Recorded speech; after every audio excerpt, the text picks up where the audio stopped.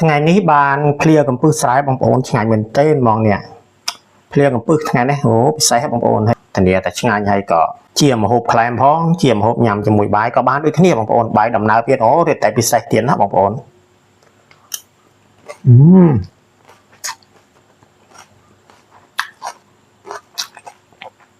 ឆ្ងាញ់ណាបាទជំរាបសួរបងប្អូនថ្ងៃនេះខ្ញុំមានកំពឹសបាទកំពឹសស្រែហ្នឹងមួយកូនចានដែរដើម្បីយកមកធ្វើភ្លាកំពឹសបាទសម្រាប់ភ្លាកំពឹសរបស់ខ្ញុំថ្ងៃនេះដែលចង់បង្ហាញបងប្អូននៅក្នុងវីដេអូនេះគឺភ្លាកំពឹសរបៀបឆ្អិនណាបងប្អូនហ្នឹងហើយឥឡូវនេះសូមអញ្ជើញទស្សនាទាំងអស់គ្នាបាទរបៀបធ្វើមុនដំបូងនេះយើងមកមើលគ្រឿងផ្សំសិនណាបងប្អូនបាទខ្ញុំមានកំពឹសមួយកូនចានណាបាទនេះកំពឹសស្រែថ្ងៃនេះក៏ទិញពីគេទេបងប្អូនណាទិញពីផ្សារមកទេបាទហើយចំណែកខាងនេះវិញក៏មានដើមខ្ទឹមបាទនេះដើមខ្ទឹមមានជីវែងឬជីរណារបស់យើងហ្នឹងបាទហើយក៏ស្លឹកជីវ៉ាន់ស៊ុយបាទយើងមានក៏ប្រើបើមិនមានក៏មិនបាច់ប្រើក៏បានដែរបាទចំណែកខាងនេះវិញគឺជីអង្កាមបងប្អូនណាត្រូវតែមានជីអង្កាមបាទទើបត្រូវបាទណានេះជីអង្កាមហ្នឹងហើយចំណែកខាងនេះវិញខ្ទឹមក្រហមបាទនេះខ្ទឹមក្រហមបាទនេះមើលឃើញបាទខាងនេះបាទខ្ទឹមក្រហមមានក្រូចឆ្មាបាទហើយចំណែកខាងនេះវិញគឺម្ទេសបុកឬម្ទេសមាត់យ៉ាងហ្នឹងបងប្អូនណាហ្នឹងហើយក៏មានអង្ករលីងផងដែរបាទយើងត្រូវប្រើអង្ករលីងផងដែរណាបងប្អូនចំណែកខាងនេះវិញទឹកប្រហុកបងប្អូននេះទឹកប្រហុកសម្រាប់បុកល្ហុងហ្នឹងហើយថ្ងៃនេះខ្ញុំប្រើទឹកប្រហុកសម្រាប់បុកល្ហុងផងដែរគ្រឿងផ្សំផ្សេងទៀតក៏ទស្សនាជាបណ្ដាទៅតើខ្ញុំដាក់អ្វីខ្លះរសជាតិយ៉ាងម៉េចតោះសូមអញ្ជើញមុនដំបូងនេះយើងហាន់ស្លឹកជីសិនណាបងប្អូនមានស្លឹកជីបាទរណាឬជីវែងហាន់មកយើងដាក់តិចក៏បានច្រើនក៏បានអាស្រ័យលើបងប្អូនចូលចិត្តតែសម្រាប់ខ្ញុំប្រើឲ្យច្រើនណាបាទយើងហាន់មកស្លឹកជីរបស់យើង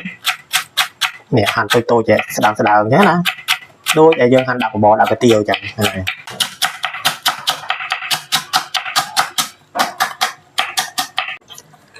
ដើមខ្ទឹមក៏យើងប្រើដែរបងប្អូនដើមខ្ទឹមឬស្លឹកខ្ទឹមហ្នឹងបងប្អូនបាទនេះ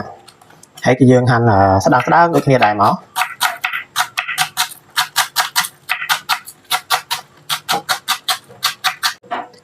ស្លឹកជីវ៉ាន់ស៊ុយបងប្អូននេះស្លឹកជីវ៉ាន់ស៊ុយបើមានក៏ប្រើទៅបើមិនមានក៏មិនបាច់ក៏បានដែរបាទ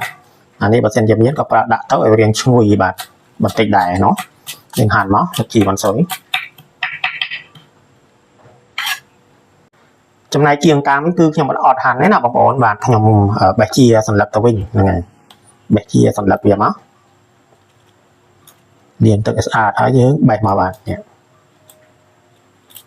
ខ្ទឹមក្រហមបងប្អូនបាទបន្តមកទៀតក៏ខ្ទឹមក្រហមបងប្អូនណាហ្នឹងហើយខ្ទឹមក្រហមនេះយើងហាន់ឲ្យបានស្ដើងមកយើងហាន់ប្រើពី3មើលព្រឹបឲ្យច្រើនណាបងប្អូនហ្នឹងហើយចូលចិត្តបន្លែឈ្ងុយក៏ដាក់ឲ្យច្រើនមកក្រូចឆ្មាណាបងប្អូនបាទក្រូចឆ្មាក៏យើងប្រើដែរបាទពិសេសណាបើសិនជាអត់មានក្រូចឆ្មាក៏ធ្វើអត់កើតដែរបងប្អូនណាហ្នឹងហើយហាន់ក្រូចឆ្មាមកថ្ងៃនេះក្រូចឆ្មាតូចក៏ប៉ុន្តែទឹកល្អណាបងប្អូនបាទក្រូចឆ្មាខ្មែរយើងណានេះបាទទឹកល្អហើយជូរឆ្ងាញ់ហ្មងបាទ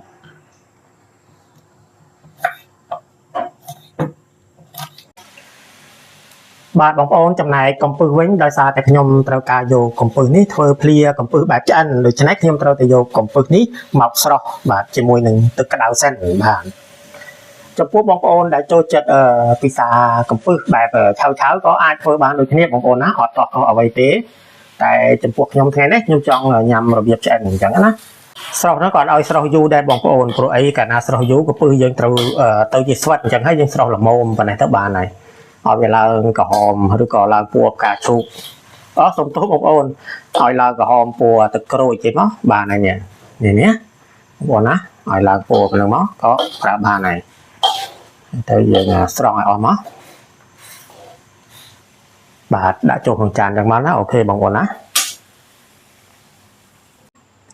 បាទអូខេបងប្អូនក្រោយពីខ្ញុំបានស្រង់កំពឹសរួចហើយបាទចាប់ផ្ដើមធ្វើតែម្ដងទៅពេលហ្នឹងបាទអូខេណាឥឡូវនេះខ្ញុំដាក់ប្រហុកចូលបន្តិចបាទទឹកប្រហុកសម្រាប់បុកល្ហុងហ្នឹងដាក់ចូលបន្តិចសិនមកហើយជាមួយវែកបាយបងប្អូនមួយវែកបាយកុំច្រើនពេកលេវប្រៃបងប្អូនណាហ្នឹងហើយហើយទឹកត្រីក៏ដាក់ចូលបន្តិចទៅបាទឲ្យវាមានក្លិនផ្សំគ្នាបន្តិចទៅបាទបងប្អូនកុំឲ្យច្រើនពេកប៉ុណ្ណេះហ្នឹងហើយទឹកត្រីដាក់ចូលប៉ុណ្ណឹងទៅបានហើយ បាទបន្តមកទៀតដាក់ប៊ីចេងបងប្អូនណាខ្ញុំជឿជាក់ថាបងប្អូនពិសាប៊ីចេងណាបើសិនជាបងប្អូនណាដែលមិនចូលចិត្តក៏ពុំចាំបាច់ដាក់ក៏បានដែរហ្នឹងហើយស្ករសបងប្អូនណាស្ករសក៏យើងប្រើដែរដាក់បន្តិចមកច្រើនពេកបាទអូខេបន្តមកយើងចាប់ផ្ដើមច្បល់បន្តិចសិនណាឲ្យវាចូលជាតិបន្តិចទៅហ្នឹងហើយចូលជាតិទឹកប្រហុកចូលជាតិទឹកត្រីហ្នឹងទៅសិនមកប៊ីចេងអីដែលយើងដាក់មកហ្នឹងណាច្បល់វាបន្តិចនេះធ្វើនេះជៀសវាងកុំឲ្យប្រៃបងប្អូនកាលណាប្រៃយើងញ៉ាំពិបាកណាសុកចិត្តបើសិនជាស្ទើបងប្អូនណាបើសិនស្ទើយើងបន្ថែមមកបាទអូខេនៅពេលហ្នឹងគឺយើងប្រើម្ទេសបងប្អូនណាម្ទេសនេះគឺម្ទេសបុកបងប្អូនបាទម្ទេសហិលនេះដាក់មកបើសិនជាចូលចិត្តហិលដាក់ឲ្យច្រើនមកមិនសូវចូលចិត្តដាក់តិចជាងនឹងមកក៏បានដែរឈ្ងុយបាទបងប្អូនដាក់ម្ទេសបុកនឹងឈ្ងុយតែកុំភ្លេចអ្វីដែលឈ្ងុយជាងនឹងទៅទៀតនោះគឺអង្ករលីងកុំភ្លេចណាបងប្អូនត្រូវប្រើអង្ករលីងផងដែរបាទអង្ករលីងយើងលីងឲ្យយកមកបុកឬក៏យកមកកិនមកបងប្អូនភ្លាមឈ្ងុយឆ្ងាញ់ណាបងប្អូនបាទនេះច្បល់ចុះច្បល់ឡើងអញ្ចឹងនៅពេលហ្នឹងគឺយើងអាចភ្លក់រសជាតិនៅពេលហ្នឹងបានខ្លះហើយអញ្ចឹងហើយបើថាត្រូវចិត្តអីចឹងណាហ្នឹងត្រូវថែមប្រៃអីឬមិនថែមអីចឹងបងប្អូនតែកុំភ្លេចបងប្អូនបើសិនជាយើងអត់ដាក់ក្រូចឆ្មាគឺអត់កើតហ្មងបាទអញ្ចឹងហើយយើងច្បាច់ក្រូចឆ្មាដាក់ចូលតែម្ដងទៅនៅពេលហ្នឹងបាទច្បាច់ក្រូចឆ្មាដាក់ចូលបាទ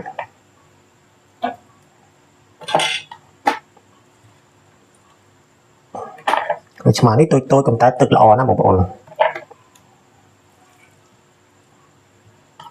ក្រូចឆ្មាថ្ងៃនេះខ្ញុំដាក់វាយជា2ទៅ3ផ្លែបាទខ្ញុំដាក់2ផ្លែសិនហ្នឹងហើយបើសិនជាស្ទើខ្ញុំក៏បន្ថែមទៅទៀតនោះអានេះតម្រូវឲ្យវាជូរបងប្អូនណាបាទម្ហូបផ្លែនេះណាតម្រូវឲ្យជូរទៅឆ្ងាញ់ណោះឥឡូវដាក់ក្រូចឆ្មាឲ្យច្បល់វាបន្តិចទៀតមកហ្នឹងហើយច្បល់វាបន្តិចទៀតមកហើយក៏យើងយកមើមខ្ទឹមក្រហមដែលយើងបានហាន់ត្រៀមដាក់ចូលមកហ្នឹងហើយមកទៀតហ្នឹងគឺយកជីពួកជីវេជីរណាហ្នឹងហើយដើមខ្ទឹមជីវ៉ាន់ស៊ុយដែលយើងហាន់ត្រៀមហ្នឹងក៏ដាក់ចូលមកបងប្អូនតាមតម្រូវការមកហើយជីអង្កាមឥឡូវយើងច្បល់បញ្ចូលគ្នាមកហ្នឹងហើយស្ទើអីយើងដាក់ហ្នឹងបងប្អូនបាទអត់ពិបាកទេបាទជាមួយនឹងភ្លាកំពឹសបែបឆ្អិនណាបងប្អូនណាឬក៏បងប្អូនធ្វើបែបឆៅក៏ឆ្ងាញ់ដូចគ្នាបាទបងប្អូនក្រុមប៉ុណ្ណេះគឺថាបានហើយសម្រាប់ភ្លាកំពឹសដែលខ្ញុំបង្ហាញបងប្អូននៅថ្ងៃនេះឆ្ងាញ់ណាស់បងប្អូនអាចយកទៅធ្វើតាមបាទហើយក៏កុំភ្លេចជួយ like share វីដេអូនេះបន្តផងបាទអរគុណបងប្អូនដែលបានចូលរួមទស្សនាវីដេអូដែលខ្ញុំបានបង្ហាញនេះតាំងតែពីដើមរហូតដល់ចប់បាទសូមជូនពរបងប្អូនជួបតែសេចក្តីសុខបាទសេចក្តីចម្រើនរកទទួលទានមានបានសុខភាពល្អគ្រប់ក្រុមគ្រួសារនៅពេលនេះខ្ញុំបាទសូមជម្រាបលាបងប្អូនសិនបាទសន្យាជួបគ្នាវីដេអូក្រោយៗទៀតជាមួយនឹងមុខម្ហូបឆ្ងាញ់ៗបាទ